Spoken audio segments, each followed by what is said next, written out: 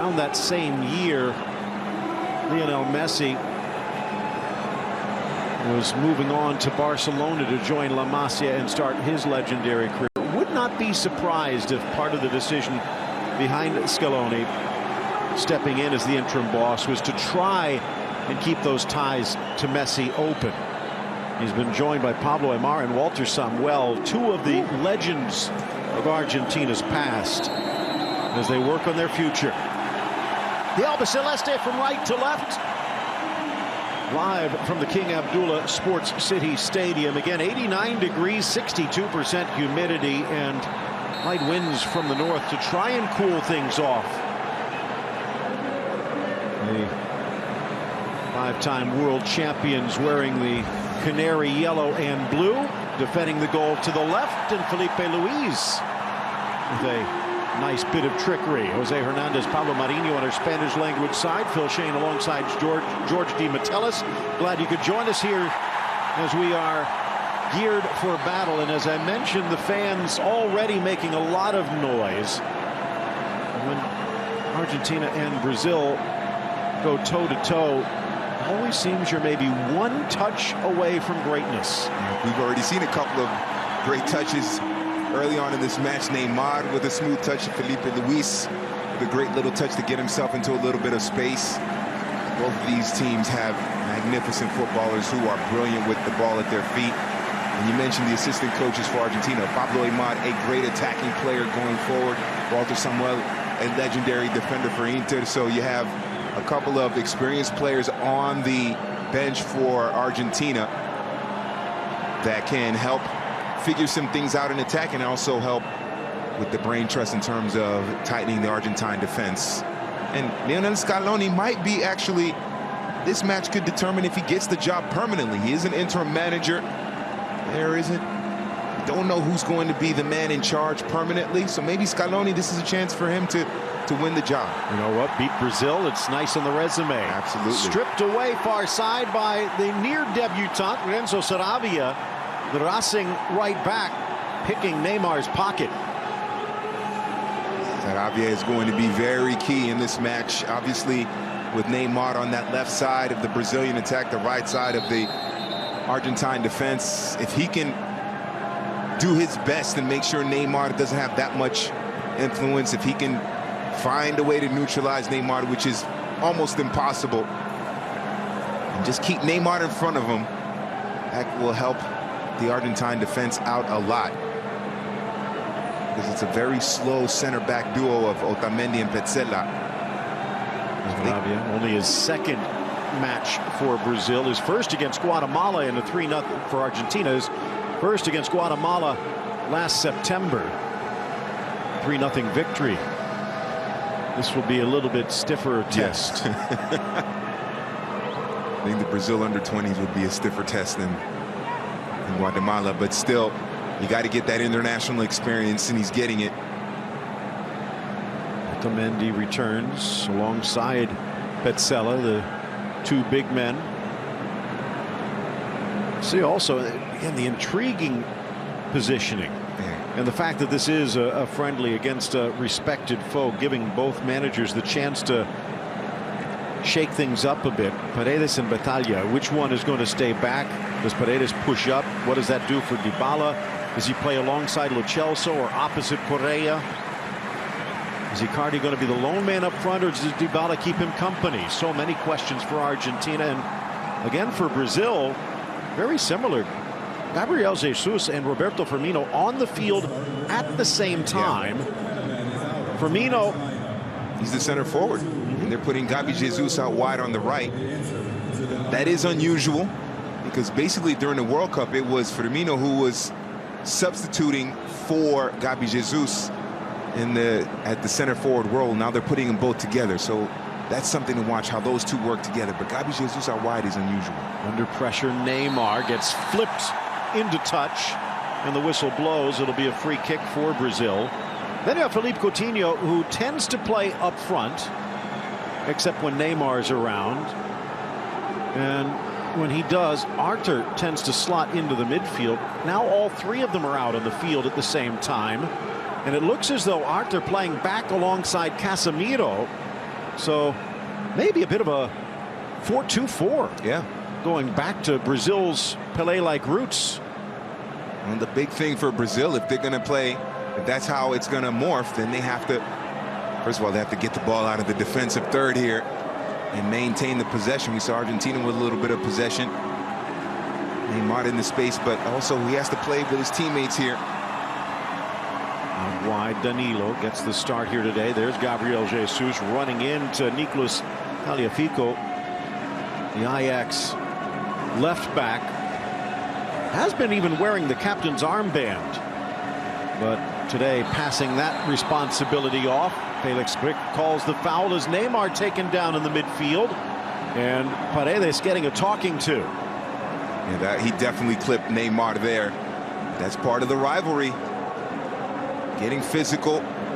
See Neymar dropping back, obviously because of who he is. He has that liberty to go where he wants to go on the pitch. And it's looking like Argentina right now, they have to foul him in order to stop him, but Neymar just 26, his 94th cap, which moves him in to a 10th place tie with Gilmar dos Santos, ex-Timao and Santos, back with 3 World Cups, and at least for a while the best goalkeeper Brazil had ever produced. Alisson and Ederson trying to put that in the past as well. Perhaps even more historically, Neymar continuing his climb up the scoring charts as we look at Scaloni.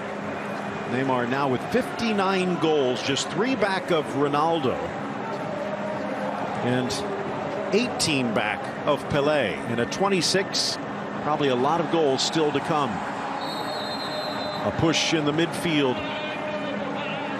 This time the foul going Batalha's way. Free kick in the center circle for the Albiceleste. And for Argentina, we've seen Brazil, Neymar getting a lot of touches. He's obviously going to be the one that the offense, the attack will flow through. For Argentina, who will that be? Of course, Argentina, they've had their fair share of great number 10s. No Messi. So expect them to, I would suspect, get Correa and Dybala more involved with touches out wide. Tagliafico, one touch, top of the 18, thied away, blasted low, charging in Lo Celso. Casemiro a little casual with the clearance, and Argentina almost makes him pay. And Giovanni Lo Celso, unmarked, able to get into a little bit of space. Good ball out wide. Otamendi able to find Tagliafico making that deep run. And Lo Celso, we've seen him bury these shots for Argentina and for PSG. He's on loan to Real Betis. He knows that he could have done better, but still good for Argentina going forward. They've been able to find that little bit of space in the middle. That's something that's got to tighten up. You wonder where Casemiro was on that play.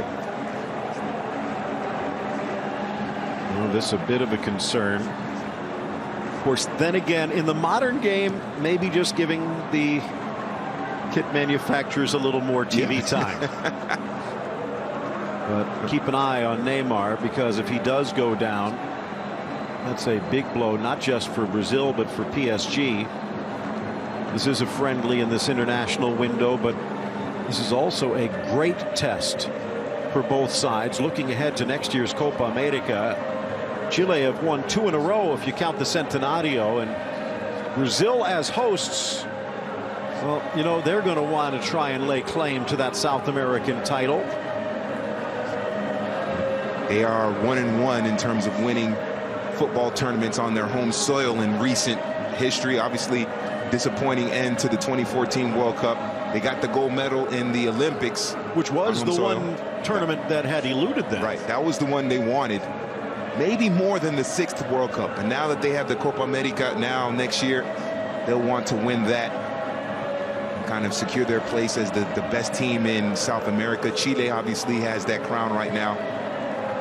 But it will be disappointing for Brazil if they do not win the Copa America at home. Out wide on that far flank, Saravia. Playing with Racing, who under former Philadelphia Union and Fort Lauderdale striker midfielder Chacho Coudet topping the table in the Superliga right now, thanks to Saravia. And here he is again on the ball. And Lautaro Martinez is a ex-Racing as well, over at Inter now. It seemed like when Sampaoli was the manager, every time Martinez played for Racing, he would score a hat-trick in front of Sampaoli. That certainly got his attention for the national team. So Racing and Independiente, always two clubs that were very underrated in terms of their development of players. Kun Agüero's from Independiente, so Sergio Romero in goal today from Racing, a cradle of goalkeepers. Long ball forward looking for Icardi. Marquinhos tries to clear. Touched back, Correa scrambling, and back comes Arthur to sweep things away. Now on the break, Coutinho. Neymar slips it in. Firmino, again, deceptive. Not so much in his speed, but in his control. Certainly a key player for Liverpool when they made that run to the Champions League final last season. And Casemiro stripped. Yeah, him and Sadio Mane, of course, Mohamed Salah as well. Roberto Firmino breaking onto the scene in terms of the attention he got on world football with German football with Hoffenheim. And he's turned it into a situation where now he's a regular call-up for Brazil. So again, it's one of those where he doesn't look imposing. It's not really until after the fact where you realize what role he plays, and sometimes that could be with a little flick, a little touch, and sometimes a run where he never touches the ball. Firmino, that complete forward, well, maybe everywhere but scoring. Just 8 goals in his 26, which is one area where Gabriel Jesus tops him. But Tite himself went and said that maybe, just maybe, he did not play Firmino enough, and if he had, it might have been a different ending to the World Cup for Brazil. Yeah, you mentioned he's not a prolific goal scorer. It wasn't at Hoffenheim. He has his good share of goals at Liverpool, but it's his presence on the pitch, what he does, his movement off the ball, his ability to connect and make those right passes. And as you said, even when he's not involved in the play, his positioning just helps the team look more dangerous in attack. Roberto Firmino, those are the kind of players where the numbers don't prove how valuable he is. And I know for a lot of Brazil fans, they were screaming for Firmino after Gabi Jesus just wasn't that effective in the World Cup. And see if in 2019 at the Copa America that makes a difference if he plays Firmino more. I'm sure Chichi, who's a very intelligent coach, is going to make that adjustment. Nodded down, intercepted before Coutinho could bring it in. Cleared back to the 34-year-old João Miranda. You kind of sense that Copa is going to be his swan song. A late bloomer, but already up to over 50 caps. Neymar to the inside, eludes Saravia, top of the box, tries to poke it 3. Otamendi with the touch. You see the value of Firmino there. Firmino saw that Neymar was cutting inside to the middle, so he floated out wide to the left. That allowed Felipe Coutinho to go through the middle, and Neymar couldn't get that ball through, filtered through to Coutinho. But Firmino's movement off the ball was crucial there. Hard hit. Gabriel Jesus colliding again with Tagliafico.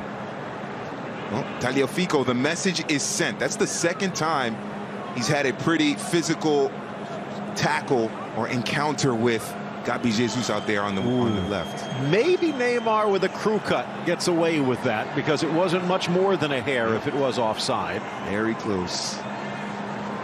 I kind of have a feeling also Tagliafico, after those 2 collisions, the next one might be a card. Approaching the quarter-hour mark. Brazil in the yellow, Argentina in the sky blue and white. Just 1 shot combined between them so far as they feel out this match. Still getting bogged down in the middle, in the midfield. Neymar across the 6, touched away just before Marquinhos, and it was Icardi doing the defensive work. Mauro Icardi is a player that a lot of Argentine fans have been wanting for a while.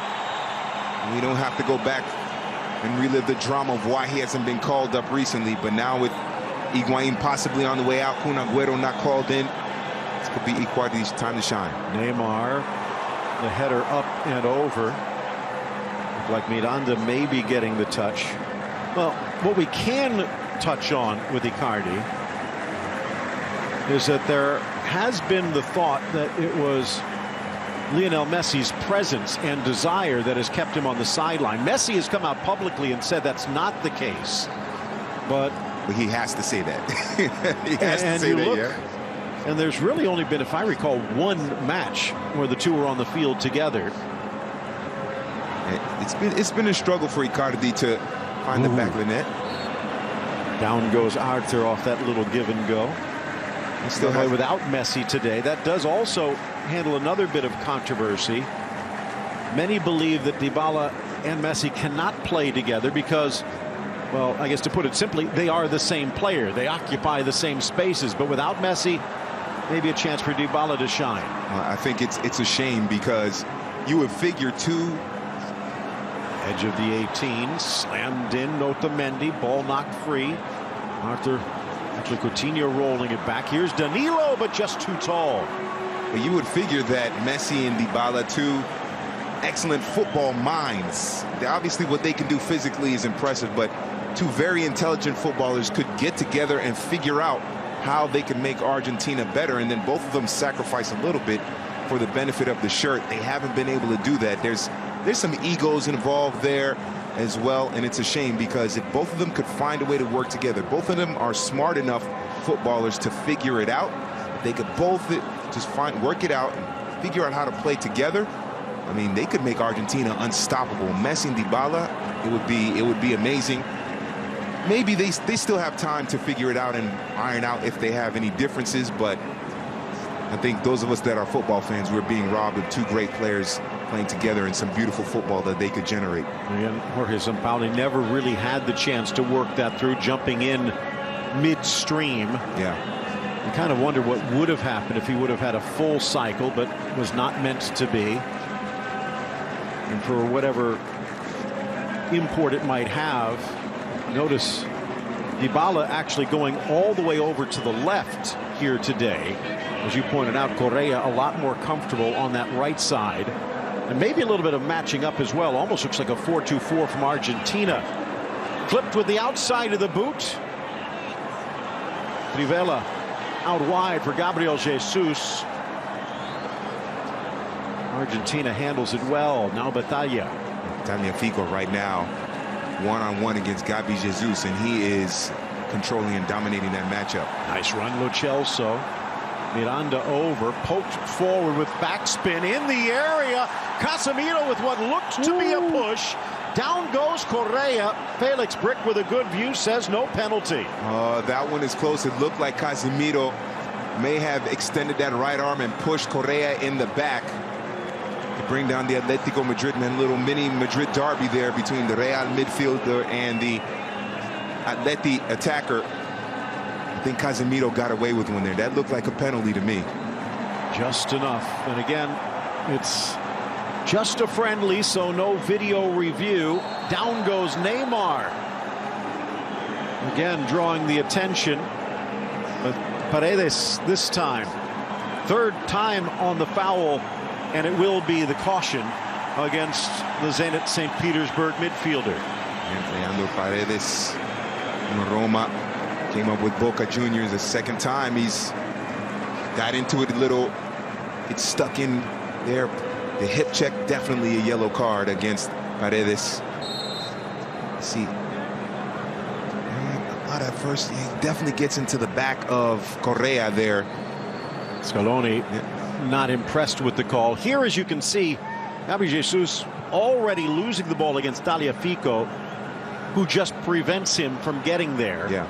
So not much to it, but again, Tagliafico with a couple of hard hits early, tempting fate just at the edge of the area. And that particular play was good defending by Tagliafico. Danilo holds Firmino across, but carries past Neymar, and a bit of a breather for Correa. Sarabia. See, that's Firmino right there. You see, he timed his run perfectly and got the ball through from Danilo. Gabi Jesus wasn't making those type of runs for Brazil. Given away, Felipe Luis, early ball in for Firmino. Second header, grabbed by Alisson. Argentina doing a good job right now of just also getting the numbers back defensively. There were 3 Brazilian attackers in that play, and 5 Argentine defenders in the area. But they're going to make up. If they have a pace disadvantage, that back line, they make up for it with getting the numbers back and making sure that they keep themselves organized defensively. Well done by Argentina's defense so far, especially Tagliafico, just keeping Gabi Jesus in front of him. Neymar dodging the blades on that far side. Coutinho forward for Firmino. Looked to be a push. Referee says no. Here's Paredes just pirouetting away. Dybala back. Danilo in. Scaloni calling for the foul, and Brich will blow the whistle. One thing about Dybala playing out wide on the left is that he's a predominantly left-footed player. That's his stronger foot, so get him blazing down the left side. He could send in the crosses, even cut back in, and then take shot with his right foot. So put him out there on the left side with his stronger left foot. Makes him a little more dangerous. Well, you saw the trophy before the match. If not, it's a beauty. The Super Clasico, they are calling it, and well, of course, El Clasico, not that far away. Yep. A couple of players on both respective squads that will be participating in that one. And the rest will probably be watching. Yep.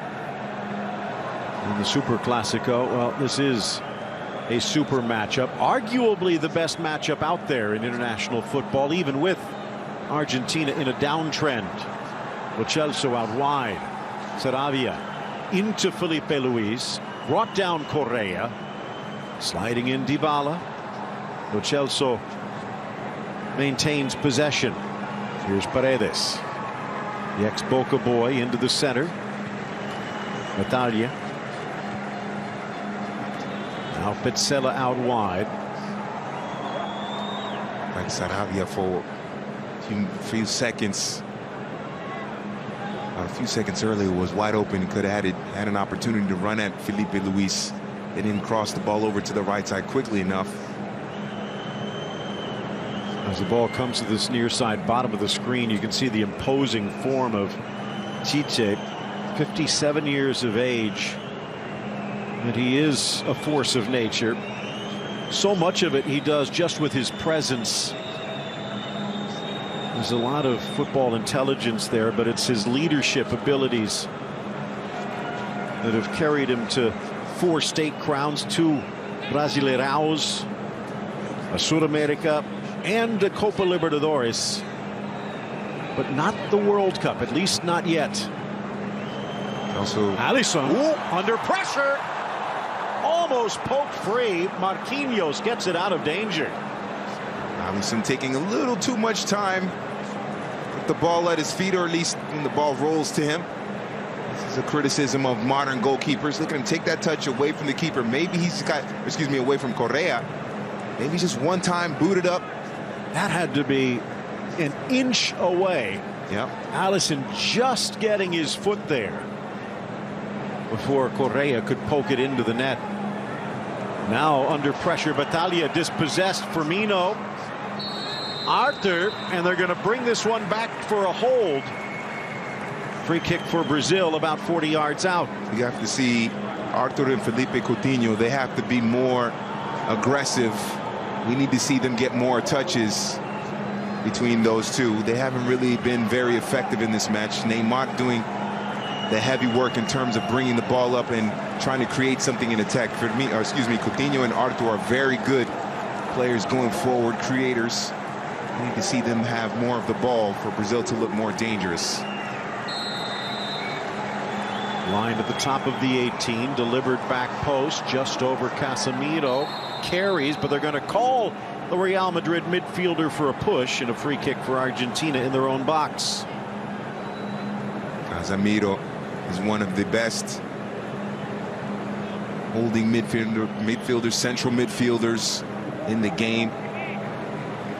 He goes out for Brazil. I know Brazil is deep, but there is something unique about Casemiro and what he can do. And if he is unable to perform for Brazil or Real Madrid, there's a big hole in the middle there. So he's got to be careful. I think he got away with a penalty earlier on Angel Correa. To Atleti midfielders, Atleti teammates, I should say. Felipe Luis and Correa. Arthur and Felipe Coutinho have to have more touches. Can't put it all on Neymar. As great as Neymar is, great Brazilian teams never really had one person that carried the team. Yeah, Ronaldo scored a lot of goals, but he had a lot of help, Rivaldo and Ronaldinho. With Romario, you had the likes of Bebeto. Yep. Poked free around the line. Tagliafico spun to the turf. Free kick Argentina. And that 0-2 championship team, world championship team, also had Cafu and Roberto Carlos as your wing back. So Neymar is great, but you don't want it to all flow through Neymar. And even Chichi has come out and said it before in the past. If they start to depend on Neymar, they're in big trouble. Brazil is bigger than one player. Of course, then again, you look at Argentina, and that's also been the debate because as it's launched in by Paredes to the back post, there were times where Maradona did carry Argentina single-handedly. Now, by 94, the likes of Caniggia, Batistuta and stuff, but in 1990, if it weren't for Maradona, they might have been knocked out in the group stage. Instead, they almost won the whole thing. Yep, and they won it in '86. And that's what Messi is competing against. And it's unfair to Messi. Obviously, it's a different era. But Argentine fans and the people of Argentina, they don't care what Messi did for Barcelona. This touch right here. And Neymar. But there was another one that would send, I believe it was Firmino through, that was superb. But Argentine fans, they don't care what he does with Barcelona. They care about what he does in that Albiceleste kit. Same thing with Maradona. He's a national hero, not because of what he did with Napoli, because of what he did for the national team. So Messi has still some work to do to completely win over the Argentine fans. And kind of take a look as Gabriel Jesus takes a hit in the back. Pelé recognized as one of, if not the greatest ever. In Brazil itself, Garrincha was the one that was more beloved. Yep. So even when you are the best, doesn't mean there's not going to be an argument. Gabriel Jesus, the 21-year-old, maybe he'll be up in that upper echelon before too long. Already 11 goals and 23 caps. And you figure the best is yet to come. Yeah, it certainly is for Gabi Jesus. Talented player, but he's got to put it together at a major tournament like the World Cup, Copa America, in order to increase his profile, move up that ladder. Neymar hangs it high, looking for Marquinhos, cleared away by Petzela. Petzela, interesting, trying to find a compatriot. Ball sails in, blasted by Miranda, knotted down off the head of Otamendi and right into the waiting arms of Romero. Oh, that should have been a goal. Oh, well done there by Otamendi, getting on the line as quickly as possible, and then great reflexes there. But also Brazil, how about Miranda, your center back, getting all the way into that area and unmarked at the back post to get that shot on frame. And he got it past Romero, but not past Otamendi. Driven low, but wide. This is smart defending by Otamendi, quickly getting to the goal line there to defend and back up his goalkeeper. Who said City and United can't get along? Yeah. United keeper, City defender, yep. But Otamendi, look at him rush to the end line right there to protect the goal line. Well done by Otamendi. And as you kind of pointed out, the touch from Miranda, that's a center back. Yeah. It's like like he draws the foul. It's like a hierarchy in Brazilian football when you're a kid growing up. The kids that have the better touch, they go to the top of the formation. If you have decent touch, but you're not as good as everyone else, they drop you to the back line. So you're a Brazilian defender, you probably still have an excellent first touch.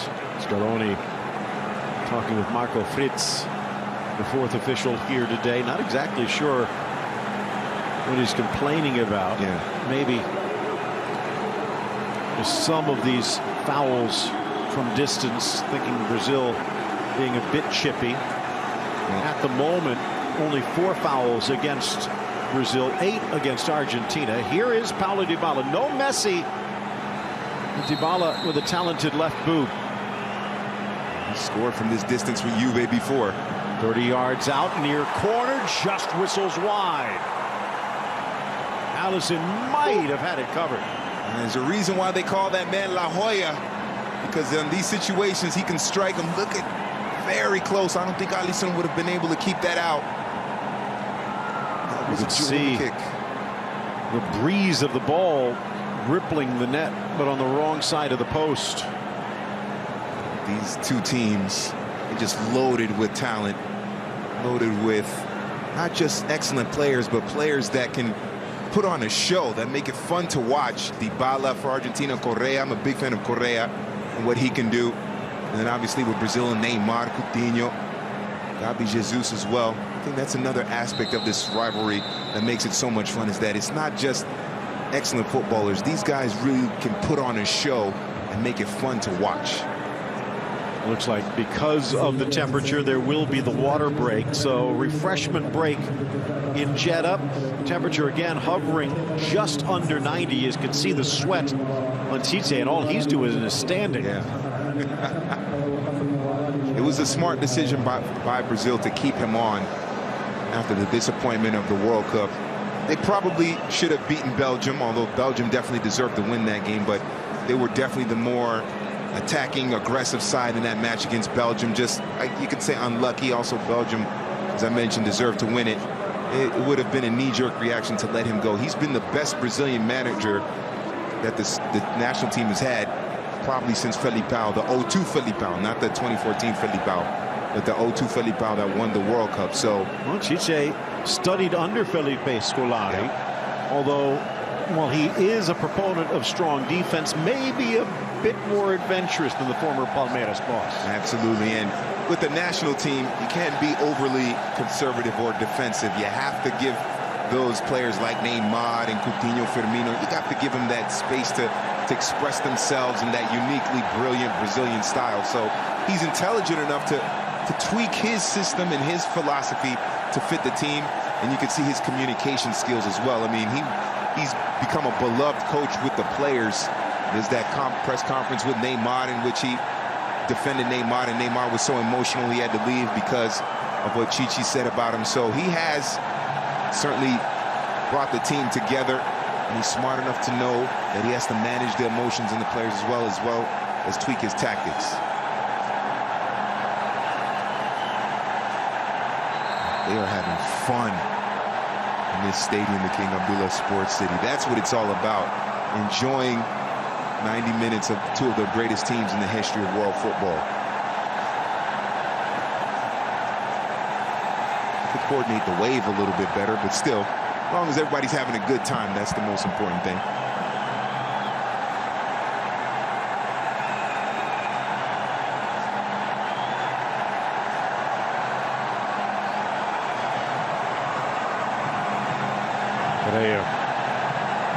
Actually younger than Dybala at 23, just coming into his own, somewhat lost in the shadow of the likes of Antoine Griezmann, but he has been vital for Atletico and could be rather useful for Argentina. Here's Scaloni. The times that I've seen Atletico Madrid play this season, he's jumped out of the television for me. He's fantastic. Wisniewski with the hard hit. Down goes Dybala. Felipe Luis pleading his innocence to no avail.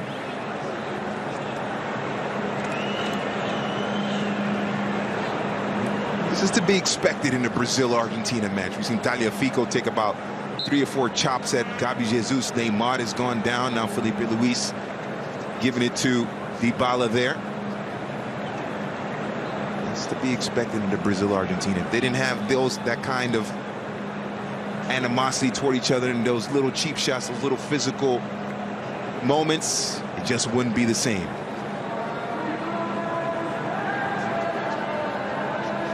See, but it's hard for Argentina right now to generate anything up the middle. I know people will say that's where Messi could do his damage, but going out wide with Dybala and Correa might be the best maneuvers. Top of the 18, charging in. Lo Celso might have brought it down with his arm, but also trying to draw contact. Felix Brich lets them play. That came from a movement out wide. That's where Correa and Dybala, they're playing out wide. So that's where the strength is for Argentina in this attack, is out wide. Italian Paredes, more of just midfielders that can link up the attack, link the midfield or the defense with the attack. Chelsea will have that liberty to go forward more than Paredes and Batalla, but the strength of this Argentine attack is out wide with Dybala and Correa.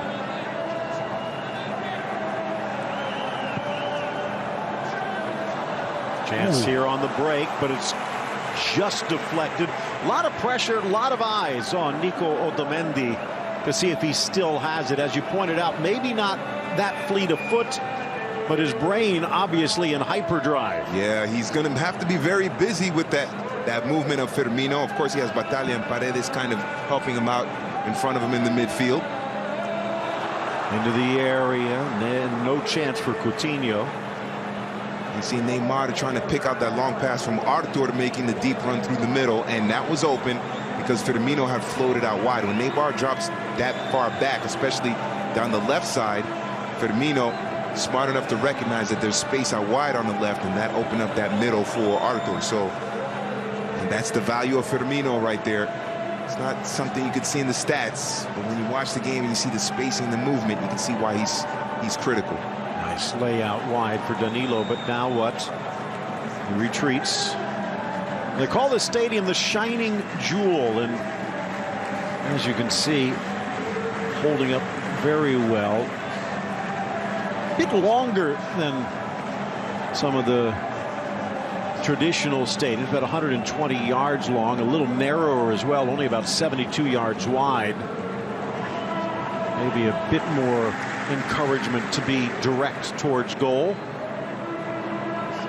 Then again, knowing what Brazil could probably do in a phone box, I don't think they need much space. Yeah, I think that's actually part of the training for Brazilians. Well, we've seen what they can do in an airport. Oh yeah, yeah. One of the best commercials ever.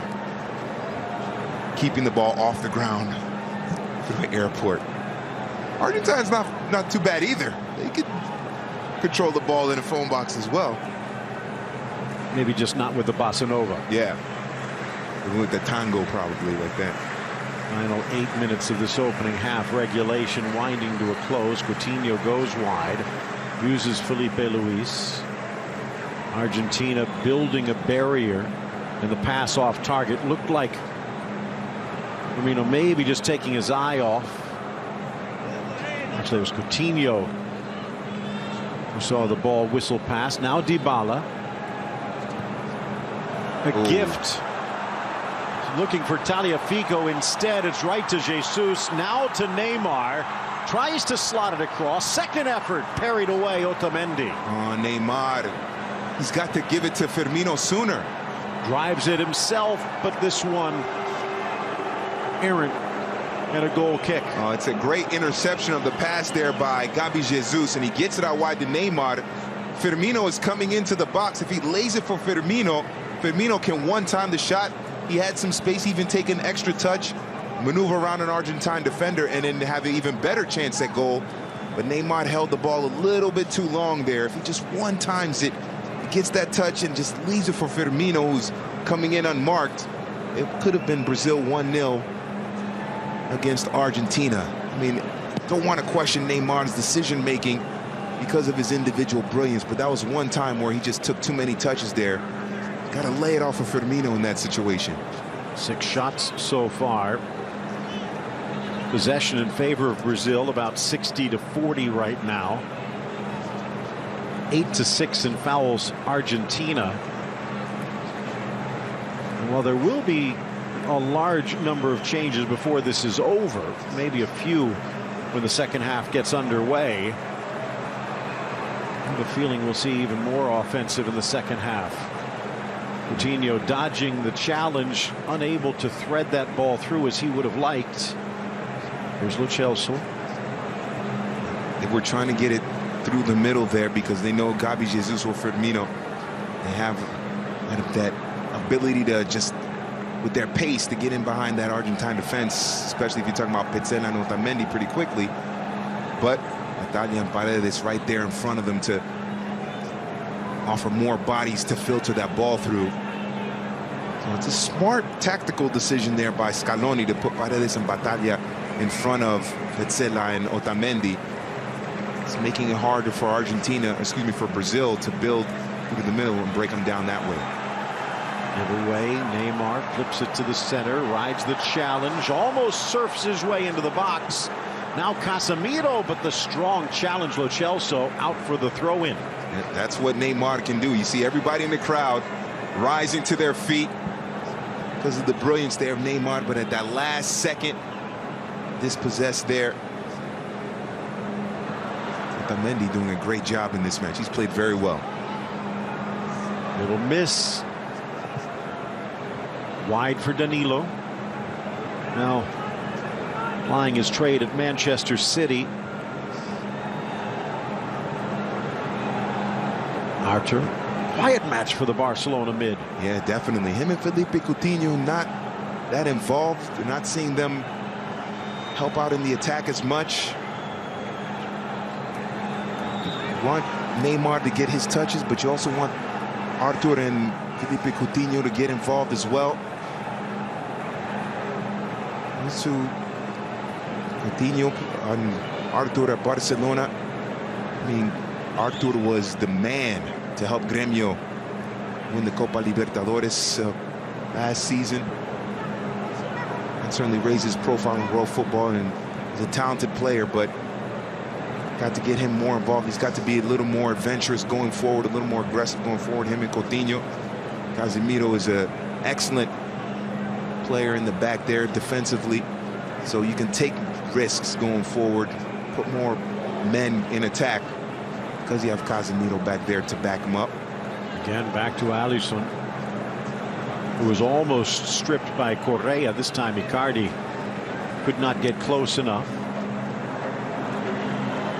This is a rivalry that dates all the way back pre-FIFA, 1914. The very first meeting between these two. Argentina ended up winning it in Buenos Aires 3-0. Brazil, I guess, a bit of a late bloomer. Yeah. But they've more than made up for lost time. Sure have. And in fact, in the total official meetings between these two, they actually have the edge now, 40-38, when it comes to wins, with 26 level.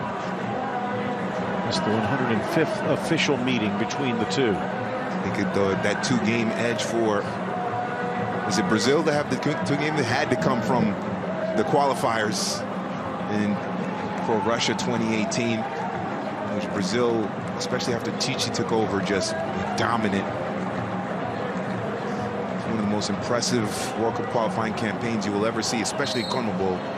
Again, the thing to consider is after those opening 3 or 4 matches, both of these teams were in total disarray. Yeah. And Argentina kept scrambling for answers. Brazil picked this man. Yeah. And it wasn't easy to pry him away from Corinthians, but they managed to do it, and Corinthians obviously understood that, and ever since then it was just rising football for Brazil.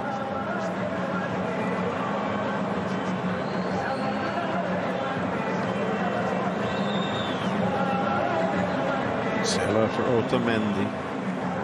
Penultimate minute of this opening half. Someone just tweet Dybala better than Neymar. I don't know about that. Don't talk to him about it. Oh, okay. Yeah, he said don't. He said if you disagree, we'll leave that one alone. Don't at me. Don't at me. Yes. 90 seconds back as the two teams looked all the world to be comfortable heading in at level terms at the break. Now, you'd figure Tite, more than Scaloni, might be tempted to leave some of his stars out a bit longer. He's actually going to be the man that has lessons to learn. As the interim boss, Scaloni may be a little more considerate towards not overextending some of these players and spreading the joy around. We'll have to wait and see. Both of them with lots of talent on the bench. Here comes Neymar looking for a goal just before the break. Poked free. Sliding in Italia. Chipping it in Coutinho. Now it's Pizzella doing his best. Otamendi. Again, looking at the bench, you have the likes of Gio Simeone. Neymar with a back heel flick. Coutinho trying to caress it in. Hint of a handball. Was it on the chalk? It looks like they're going to say on the line for the penalty area. And Felix Rick is pointing. But is it to the spot or towards goal? And it looks like he's going to say just outside the area. Ooh, very inches close. Away. Yes, it was very close. I think Scaloni's argument is bang, bang, too close to really get out of the way. Let's take another look.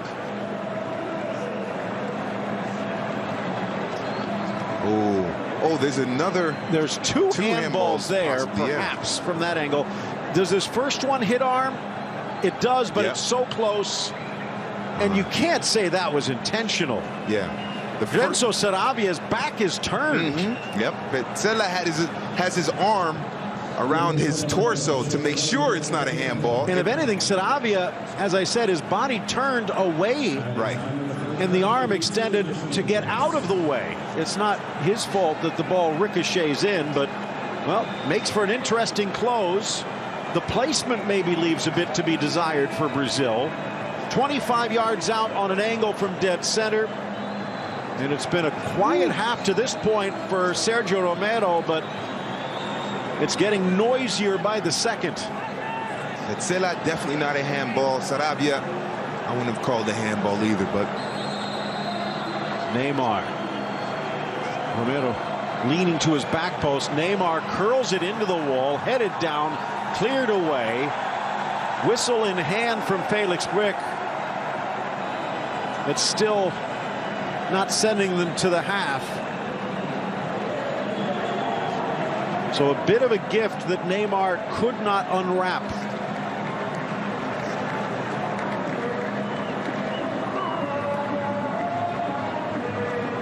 This is going to be very interesting to see what happens in terms of the changes, not only to personnel, but to the tactics that both Lionel Scaloni and Chichi will make in the second half. I think Coutinho and Arthur, they have to be more aggressive going forward.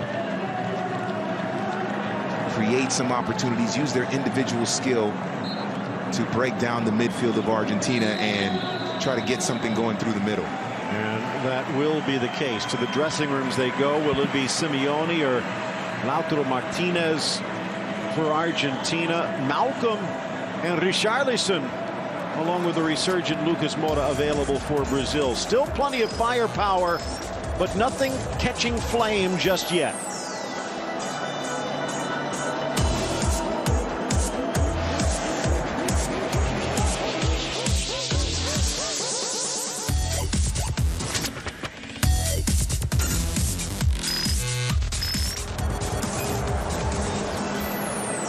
Brazil and Argentina, two longtime rivals. But to this point, neither able to get the edge over the other. But there's still 45 minutes more to go. And you know what? Maybe then some, because there does need to be a winner in this friendly tournament. So penalties could await. But again, you look at the sides on the bench coming in. I'm not sure it's going to get to that point.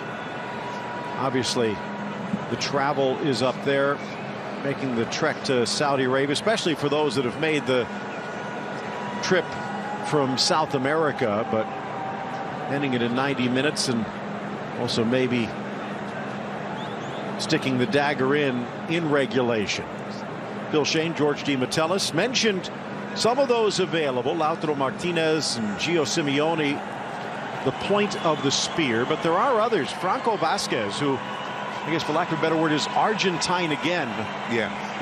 After a brief foray with Italy. Eduardo Salvio also available.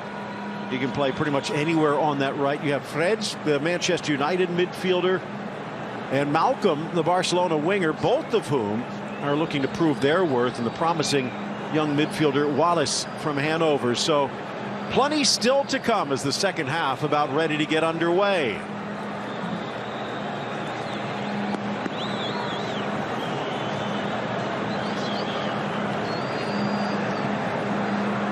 Felix Brich checking his watch. Mauro Icardi checking Brich. And we are underway to start this second half.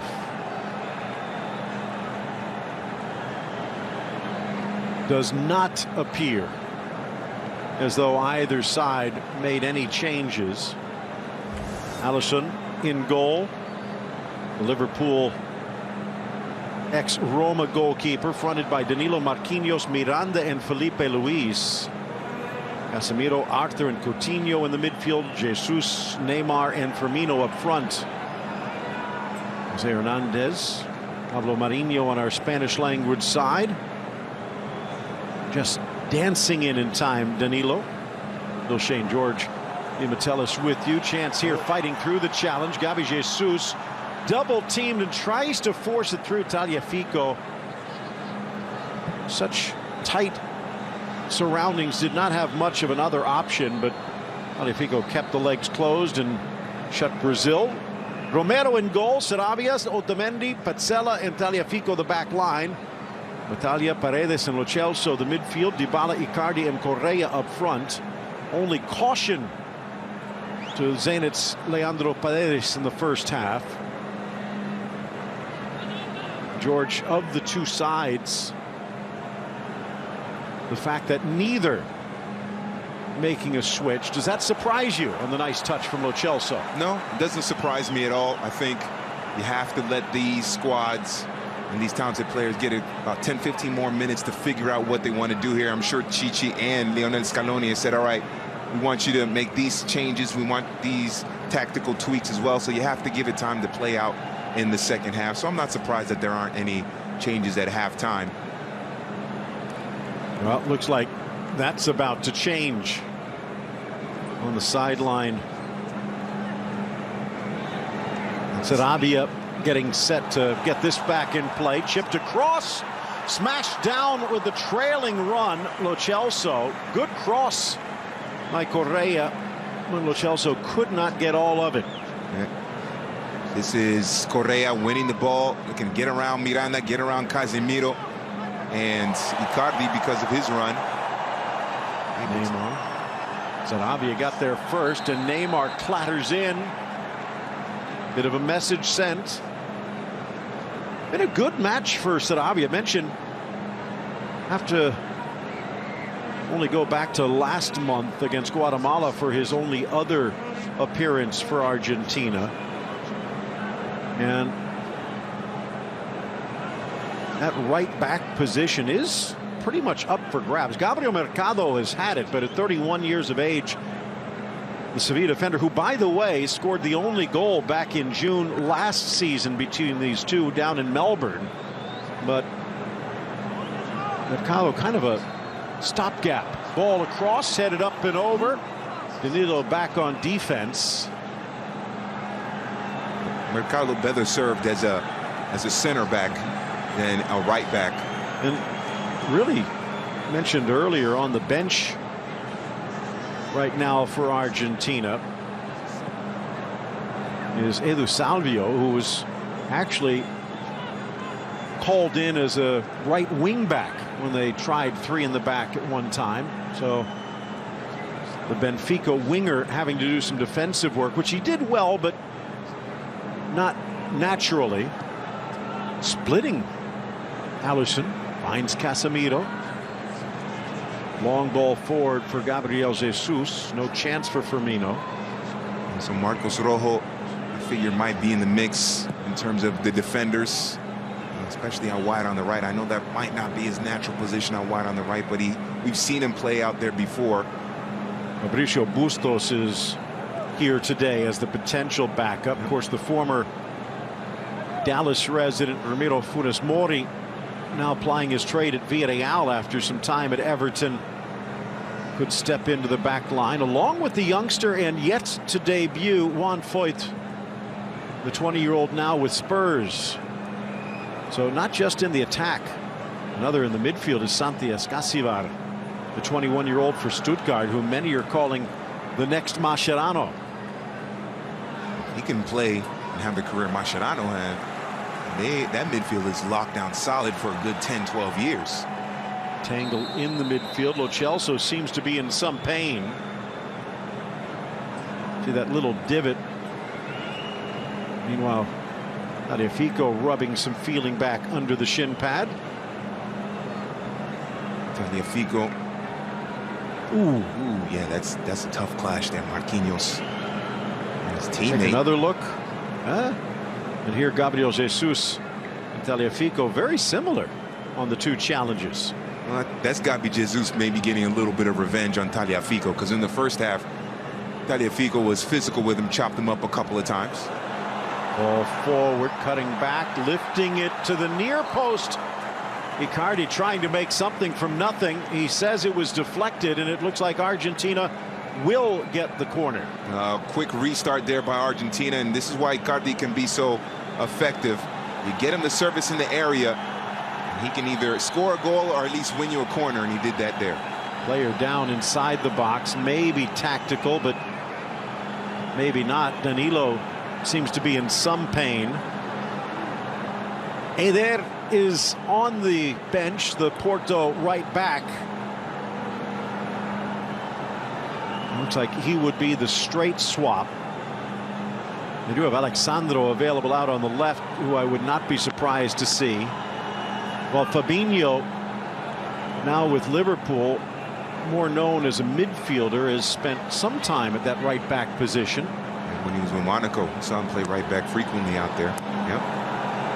And then in the midfield, Wallace and Fred also available for Brazil. But to this point, no changes. That might change here. Again, in a friendly, if Danilo is hurt enough to seek medical attention, why risk it? This is a game that Douglas Costa would love, because Tagliafico, there's no way he can keep up with Douglas Costa on that right side. Costa would have himself one fantastic match down that right side, crossing in one-on-one against Tagliafico. It's a bit of a concern, judging by the reaction of Danilo. He will have to exit since the treatment came on, but will it be for good? Just moments ago saw Claudio Tapia. Beautiful seat that he was sitting in. Didn't look that comfortable. I think the lazy boy they put him on. Absolutely. Might be a little hard. Man, that is some great seats there. And they will make the switch, and it will be Fabinho. 7th appearance. And Danilo limping gingerly. Outswinger towards the spot. Glances off the back of Petzela, and Allison scampers over. Take another look at this, because it didn't appear as though there was much contact when Danilo went down. Well, there he reaches in, and it's the ball that hits him, not the foot. And then it rolls over. And then as he is landing, you're right. So maybe a little twinge, just the ball tweaking the ankle, but then all of the weight comes down. Ooh, that looks painful. That is painful right there, when you roll your ankle like that. As I've said, Manchester City using him situationally. Yeah. But twisted ankle might keep him out for a week or two. You can make the argument, a lot of people were not fans of Danilo when he was at Real Madrid. You can make the argument that Pep, using him at City, has made him a national team player. You can make that case. I've heard it before. Leave it up to the people watching to make that decision. Correa making friends again. And I wonder if that one might have a little payback in the Atleti dressing room. We'll be talking about that. Poor ball from the Real mid. Arthur. Quieter role, not just for Arthur, but even Coutinho in the midfield. Yep. As much has gone, shall we say, coast to coast. Yep. It is un-Brazil-like to play the long balls and bypass players like Arthur and Coutinho. Just turned his body to shield it away, but then Lo Celso does him one better, and then Firmino returns the favor. Parried away, Sarabia in good position. Well, Brazil poking and probing but unable to break through at the moment. Casemiro again. Neymar offside. Take another look. This was close. Maybe by a foot. How about that? Neymar always putting on a show, Neymar. Ronaldinho-like. Yeah.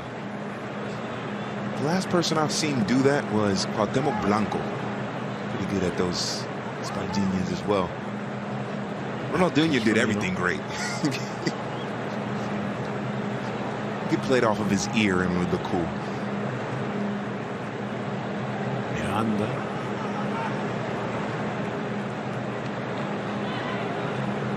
Arthur.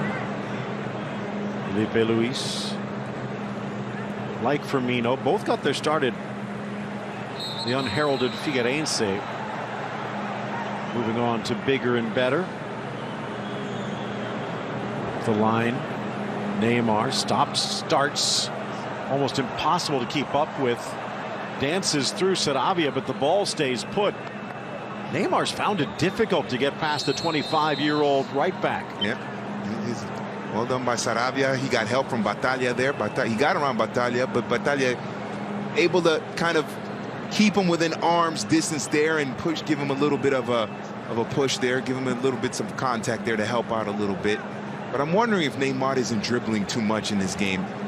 We've seen Arthur with very little touches, Coutinho with some few touches as well. I'm wondering if Neymar is just trying to do too much by himself, and there's so much other talent around him as well. I think there were a couple of occasions where if he passes the ball sooner, it would open up Brazil to be more dangerous in attack. I think in too many situations he's dribbling too much. Nice from Icardi, dances around, but then again, in some ways, isn't that what makes him great? Yep. Trying to do things that others would not. But it can hurt the team in certain situations when he holds the ball too long, and then a teammate that's open is no longer open because he held the ball too long. So he's fabulous on the ball. He's impossible to dispossess, but sometimes the timing is off as well. I mean, the great number 10s in Brazilian history, all of them could dribble and hold the ball, but they also made those great passes at the right time to set up their teammates as well. And I haven't seen that from Neymar in this game. Well, it looks like as we hit the hour mark, there will be our first series of changes. And for Paulo Dybala, a quiet day, which is not good news for the little jewel. And Lautaro Martinez stepping in.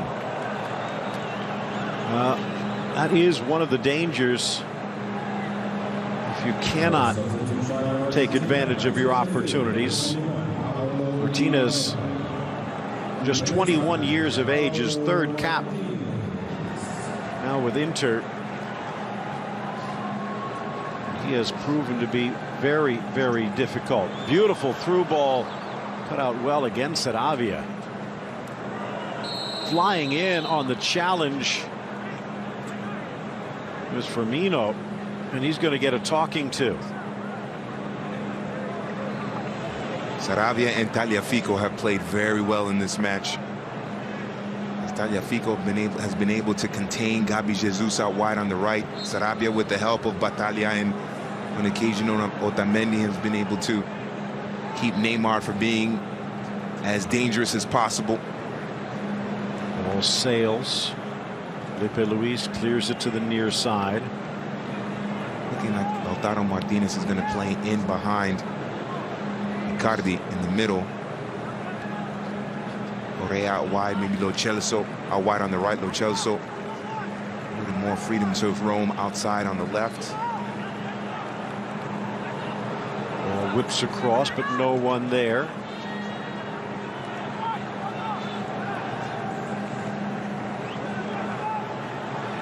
Blasted from distance. Ooh. And it almost curls in at the back post for Paredes.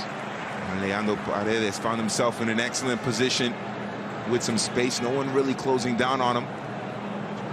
Easily around Gabi Jesus, and then long-range effort. He scored his share of goals like that for Boca and for Roma. The shot escapes him. It's a tough break for Argentina.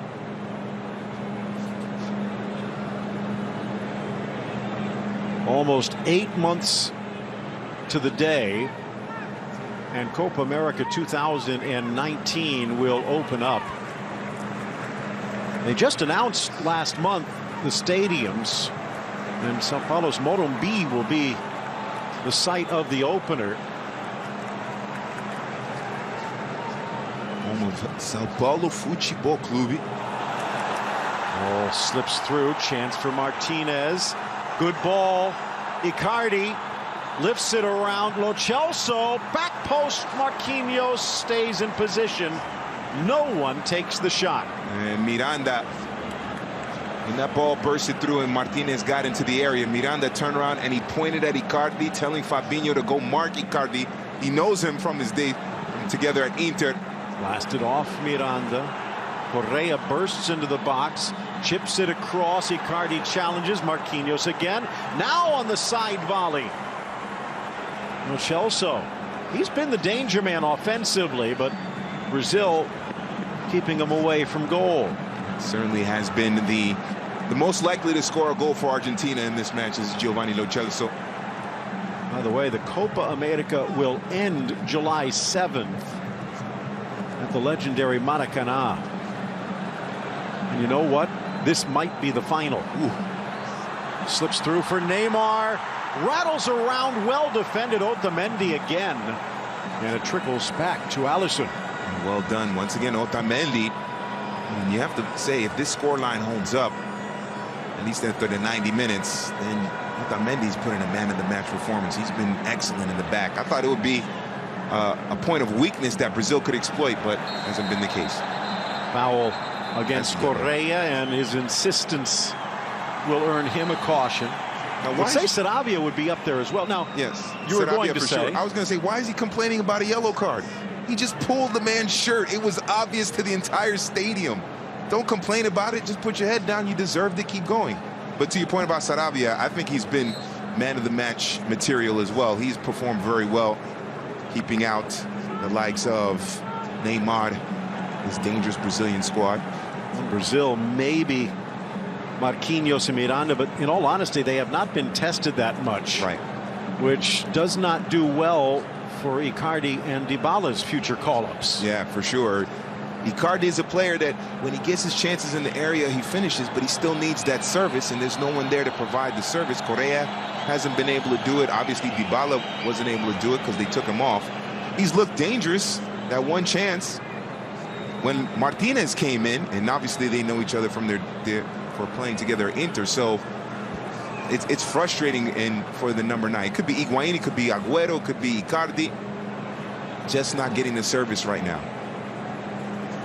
Japan and Qatar, the two invited teams. The United States, again, rumored, but because of the Gold Cup, would not be able to send an A team away because, again, for the invited teams, the Copa America, just a friendly, so they cannot demand the club teams release the players.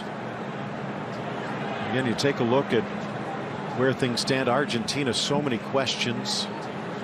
Brazil, so much pressure. What we saw from Colombia the other day against the United States. And again, I sense that before we get to Qatar 22, Fabinho chopped down, and it looks like a caution coming against Lo Celso, just a little over-eager. I sense that this Colombia squad maybe needs a little refreshing, but at the moment they might be at a peak, which for Copa America time could be a chance for the title. Ecuador, Paraguay on the way up, perhaps with Osorio. Peru, who we saw against Chile in impressive form, and we will see again today against the United States. And then Uruguay, even with the stumble against Japan today, they're bringing in some new blood. Yeah, they're always dangerous, Uruguay. And Venezuela, you never know. They're not the pushovers that they used to be. And that certainly is the case. And Atlanta United's Joseph Martinez is scoring a ton of goals. He could be in great form heading into that tournament. Venezuela, a team on the rise. So I mean, it's wide open. To me, I know Brazil is the favorite. You would expect it a favorite, but watch out for Peru. I know they don't have Guerrero might be his last tournament. We'll see what that whole situation The suspension should be over by then. Yeah. They do have Gareca for now. That's the key right there. He's a great coach, obviously a fantastic manager. And I think Guerrero's been the leading goal scorer in the last 2 tournaments. So Neymar trying to free Sarabia, does, stops on the goal line, plays it back from the ground. Correa just got enough. And then coming out Paredes before he's pulled back. And Neymar looks like he's going to go in the book. Being consistent, if he calls the same thing against Correa. First caution against Brazil. Maybe not as much there, but from behind, so he has to make that move. Is that a penalty? And you know what? If there was VAR, I think Battaglia has just given Brazil the chance. Yeah, certainly has. He did not get any of the ball. He definitely makes contact with Coutinho. That looked like a penalty to me. Kind of intriguing, from absolutely nothing to now almost integral to the game. Video review.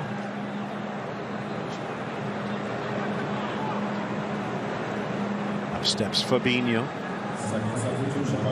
Speaking, by the way, of the Copa America, especially now that they do have that Olympics under their belt, maybe now the focus falls on the Copa. Well, no one has won more World Cups than Brazil. Both Uruguay and Argentina considerably more successful in the South American Championship. Just 8 titles for the Canarinho. Fabinho maybe a little too tricky for his own good. Lo Celso tried the pirouette. A little roulette. Now off to this near side, and Neymar, space and time, but Sarabia shuts him down again. Wow. I think that right back spot might be locked up for a while. I think you're right about that. That was brilliant defending by Renzo Sarabia. Didn't fall for the tricks or the pace of Neymar, and dispossessed him pretty cleanly. Not pretty cleanly, cleanly. Well done by Renzo Sarabia. We're talking about man of the match for Argentina. I said Otamendi. I think after that, I might have to switch it to Sarabia after that play right there. Still a quarter of this match to go. Is there a goal in it? Not if Marquinhos has anything to say. Out wide, Fabinho tucks in Casemiro. Under pressure, but finds Coutinho.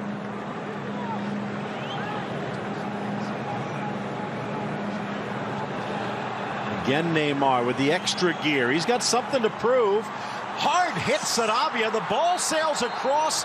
2 misses on the back post, but they're going to bring this one back to the original challenge, and Neymar is hurt.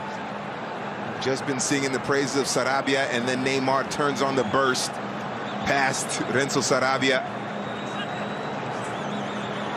And he needed to make that challenge there in order to...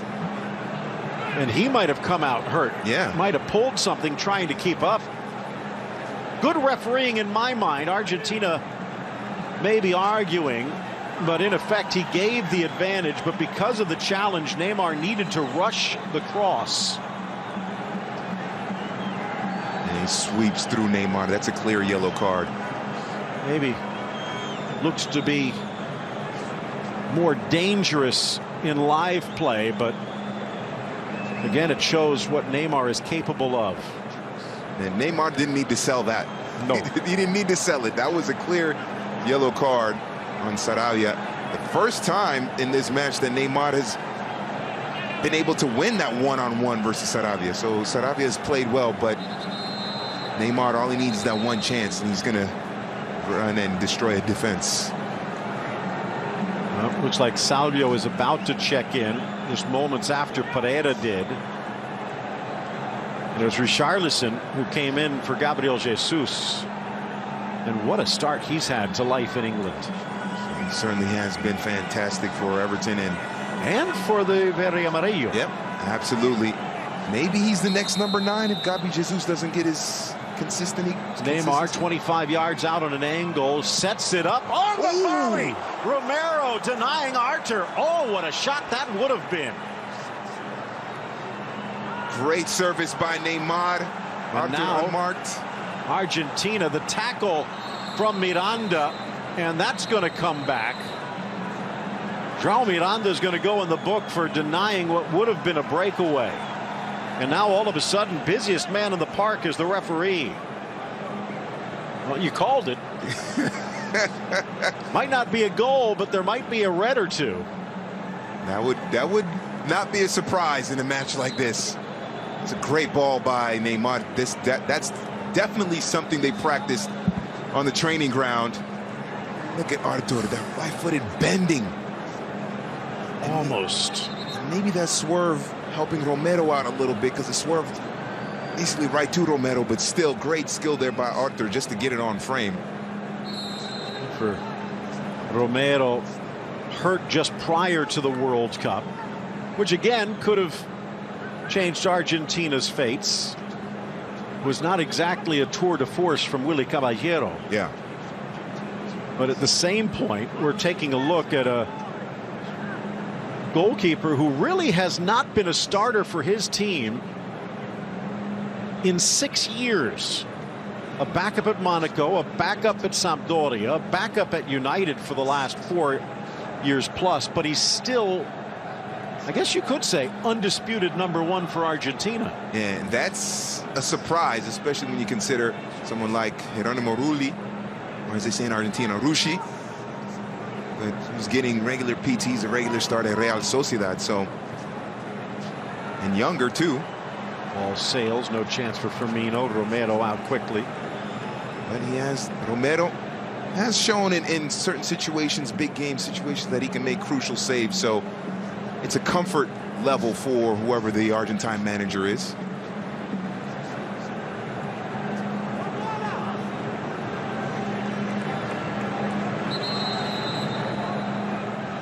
And now Salvio will come in for Icardi.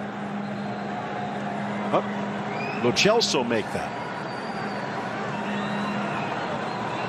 So more of a winger for Benfica.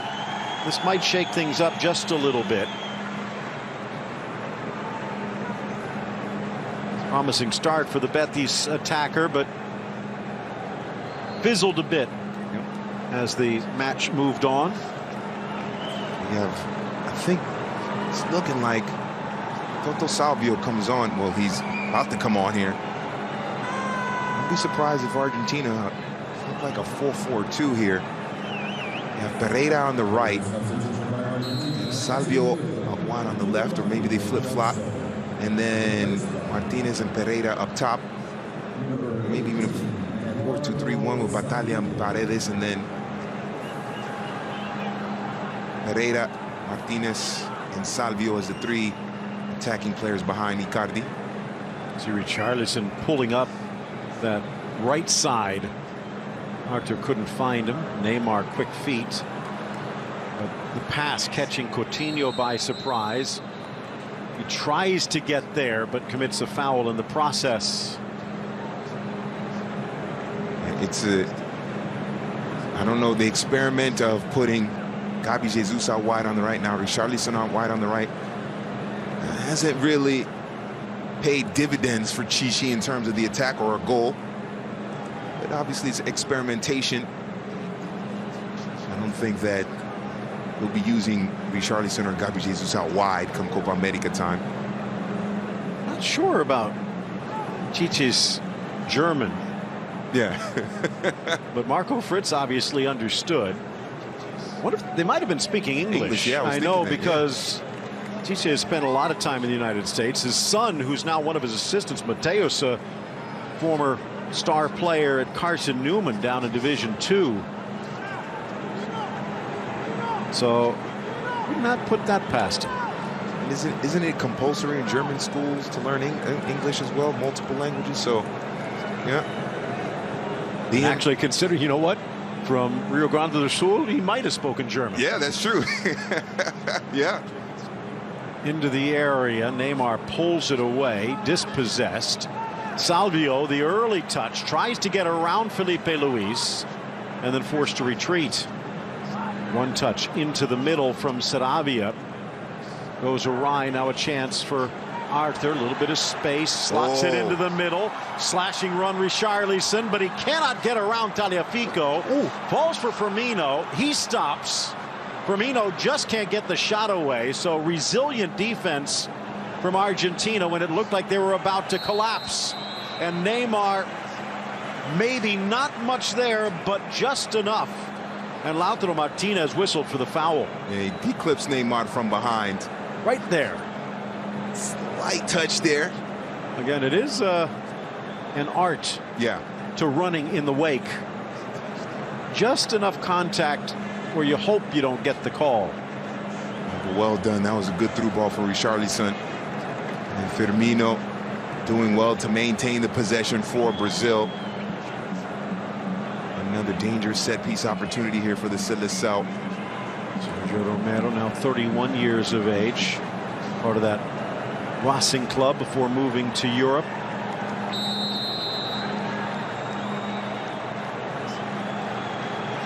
Neymar from a good 35 yards out. Maybe if it was 50. Yeah. And there were uprights. But a break there for Neymar. Neymar, I wonder if him playing out wide on the left is the best position for him. Thomas Tuchel seems to disagree. Yeah, even when he was at Barcelona, he was out wide on the left with Messi and Suarez. Although with those three, you basically just put them on the pitch and let them do their thing. Although both Tuchel and Tite have tried to give him a little more free rein to slot into the center as a creator. Maybe putting him there from the start might be better. I mean, traditionally, the Brazilian number 10s, you put them in the middle. Obviously, they're brilliant, so they'll make the right choices in terms of their movement off the ball into space. But maybe Neymar just seems a little bit too pinned on the left side. You want him all over the pitch, not just on one half of it. And maybe by his starting position, it cuts down a little bit of his space and effectiveness.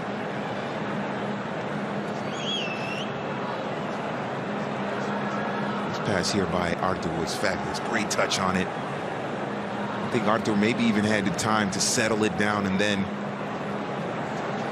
pick where he wanted to go with the ball, but that was something they worked on the training ground. So that was what Arthur wanted. It certainly has been a cagey affair between these two. We've seen a ton of yellow cards, fouls, brilliant footwork from players from both sides. Now we're just waiting for that game-winning goal. And I think Lionel Scaloni knows that he has this is a job audition for him to become the permanent manager of Albicelestes. Next month, Mexico looms. Well, Brazil will be taking on Argentina.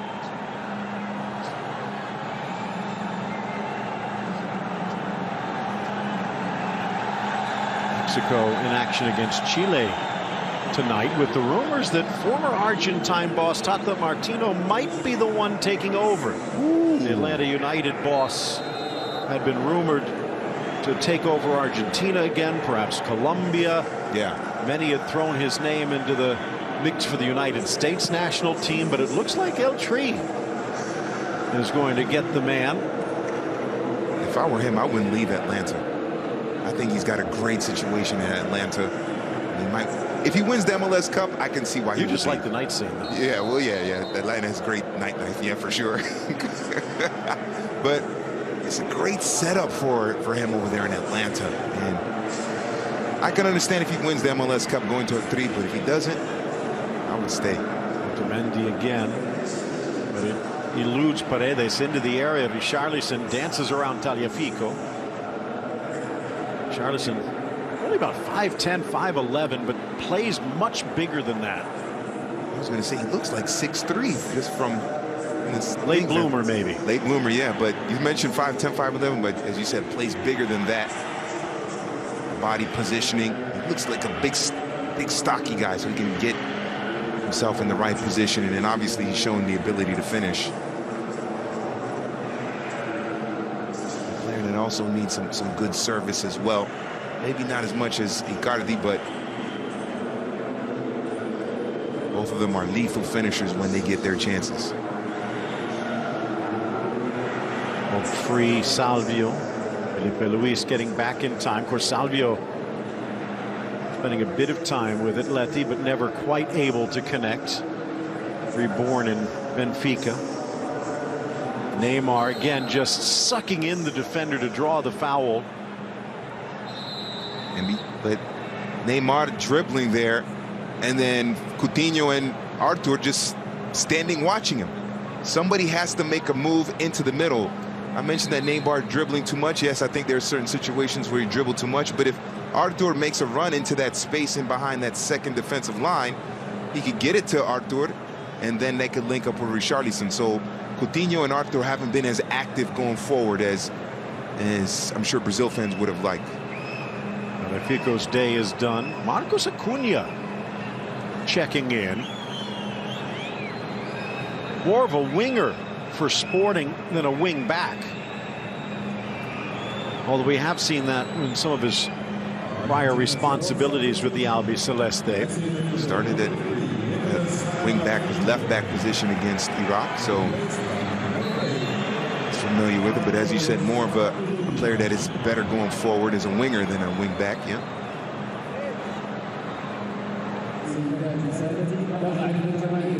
Only two substitutions so far for Brazil. And now Coutinho or Arthur would be out. Neymar gets rid of it just in time before Otamendi pounces, and it does throw the pass off just enough. As you heard, almost 62,500 in attendance in this beautiful stadium. Ball forward, curling his run. Richarlison back to his right, but then tried to go to the well too often. Otamendi knocks it free. What a ball, Neymar. Ooh. But Felipe Luis, just not enough fuel in the tanks. Felipe Luis was open for about a minute and a half down that left side. Richarlison dribbling back to the right side and into the teeth of the defense. They could have gotten it to Felipe Luis a lot sooner. He was unmarked for a good, like I said, about a minute and a half. This is a great ball by Neymar. And you wonder if Felipe Luis saying, I'm open, and then thought the play was over. Maybe that's why he was late to react to the pass by Neymar. But they've got to get that head up and get it to him sooner. He was wide open. Still two changes, including Franco Cervi, who scored the final goal against Iraq just a couple of days back. Axi Mesa. So maybe still something left for Argentina with 7 minutes left. And as you said, for Chiche, 84th minute now, and he's only taken 2 players off. They are loaded with talent on the bench. I don't understand it. You have Lucas Moura, who is a player with pace that can run at the defense, not afraid to go one-on-one. If you want someone to replace a Coutinho or Arthur, you have a Renato Augusto, who is someone that Chichi trusted a lot in World Cup qualifying, and they played very well. And Wallace and Fred. Yeah, and they called Lucas Moura back into the mix. Yep. So it's definitely a head scratcher. Casemiro. Oh, so close. Looked like it might have taken the slightest of deflections. And it almost nestles into the corner. Spins off the backside. And almost in at the back post. Oh, Romero was frozen. He was leaning to his right. That ball going to his left. Unfortunate for Brazil. Very fortunate for Argentina. In the corner, cleared Otamendi. Top of the box, Miranda. Maybe had the best chance for Brazil, where he beat Romero, but not Otamendi. This time, the curling run, Fabinho, but he runs out of space. By the way, Fred started the match against Iraq. Wallace came on. Lucas Moura as well in the second half. But Malcolm to this point, has not played in either match. And they had also the backup right back to Danilo and Fabinho. Could conceivably put him in and move Fabinho to the midfield. So many options. And that will be one of the questions, I'm sure, for Tite, especially if someone comes up lame in these final 5 minutes. Yeah.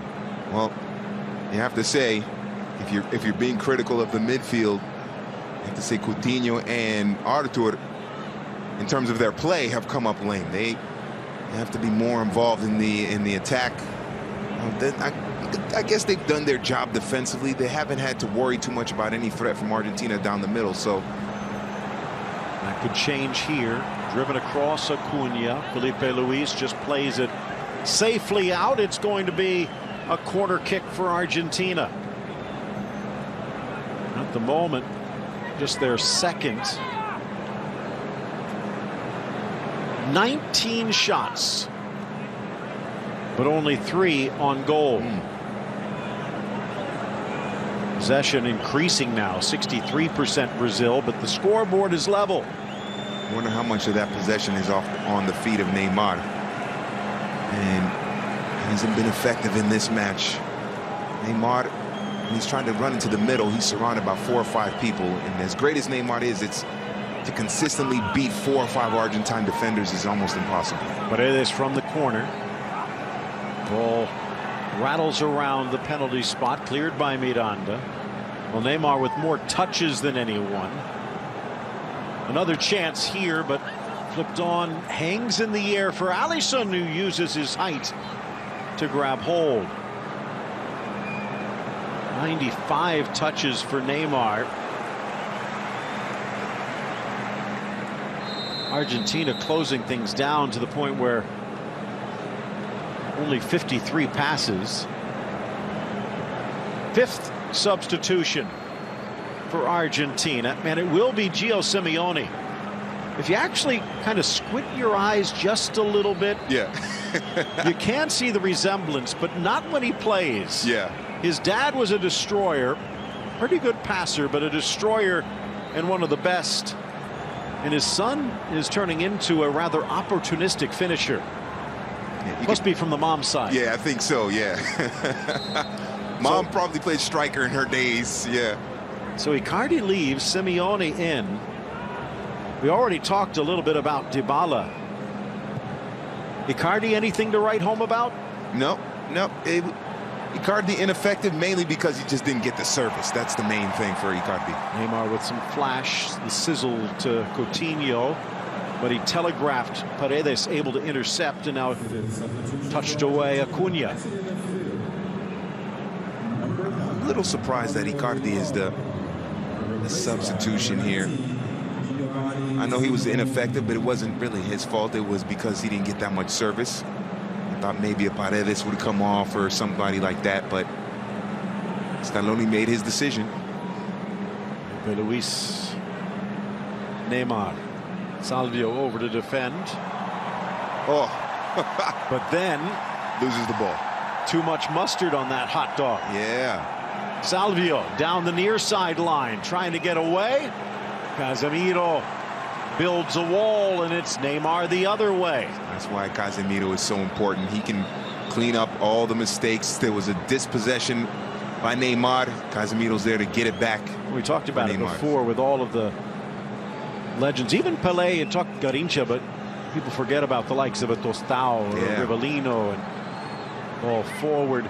But for the great Brazil teams, I talked about goalkeeper, that was one, but they also needed the Clodoaldos.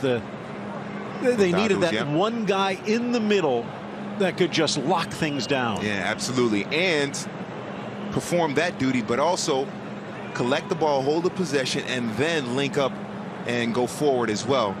Those great holding midfielders of Brazil also had the ability. Another. Exactly, another one, They had that ability to hold the ball. Dunga pretty good back in his day. Well, World Cup winner, the captain of Brazil in '94. Not only hold the ball, but also pick out the pass from that deep center midfield role as well. They were versatile. Obviously, defensive duties were number one, but versatile in their ability to pass the ball forward as well. It's a very underappreciated part of the great tradition of players that Brazil has had. Casemiro just 26, and he will go down as one of the best. Yes. Richarlison relying on his speed, perhaps a little too much. 4 minutes to be added. And again, just the two substitutions for Brazil. All sails. Neymar gives chase. It really is a shame Douglas Costa isn't on the pitch or available for Brazil. Wasn't called up. Firmino. He made a big difference down that right side. Richarlison deflected and just touched wide. Pinballing it.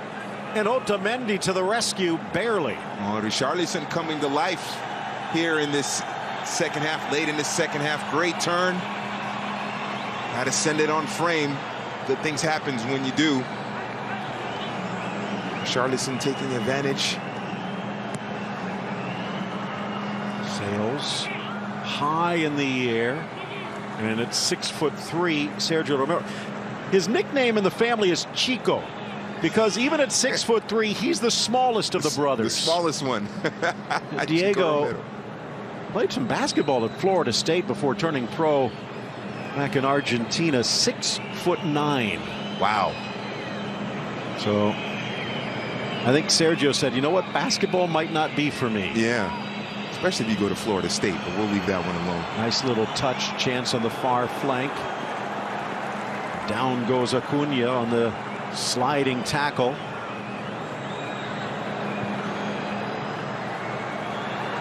Near side Neymar. Things open up just a bit.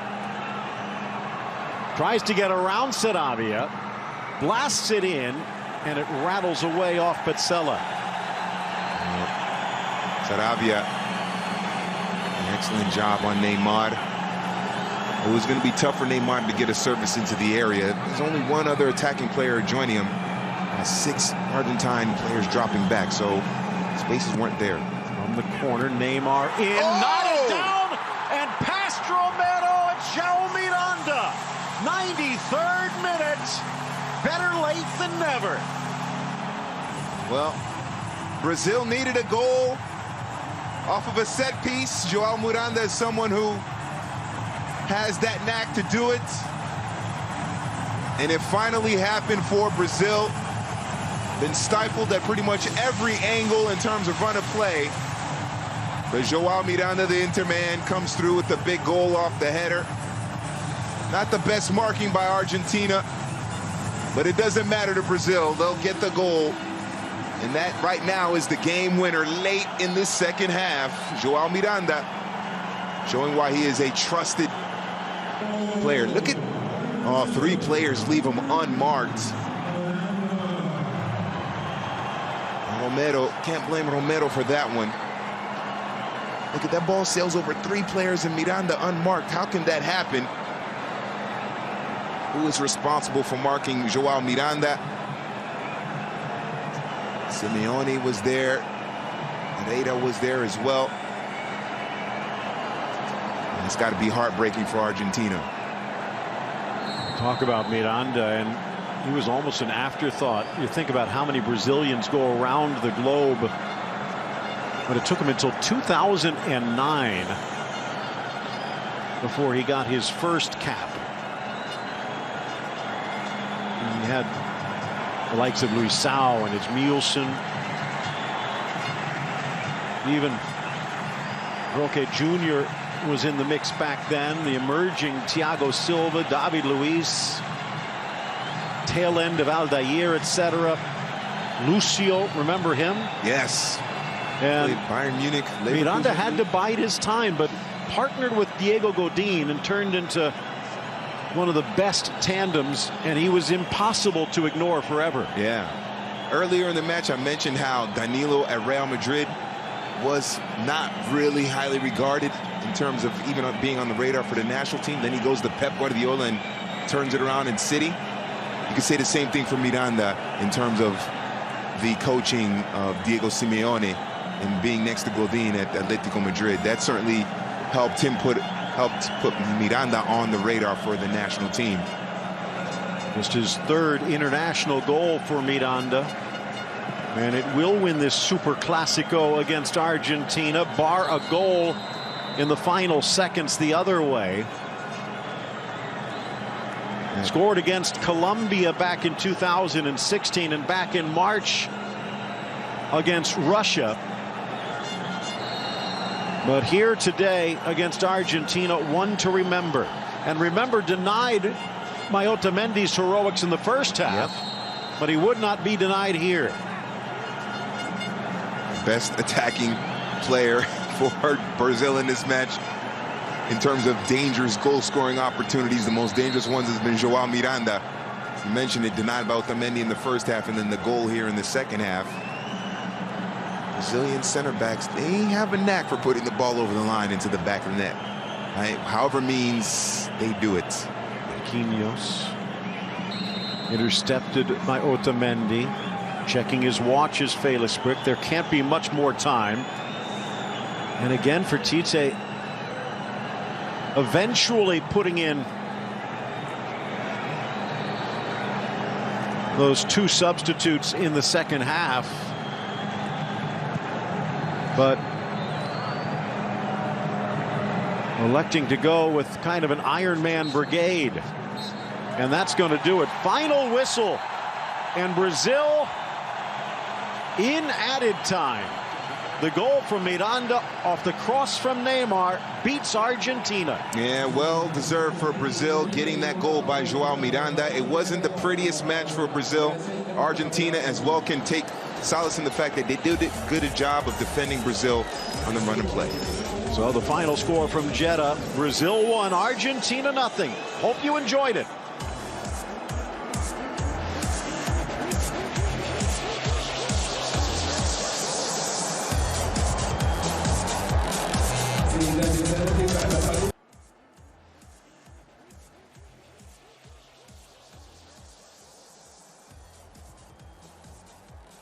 Trận U23 Việt Nam, Thái Lan. Bamboo Airways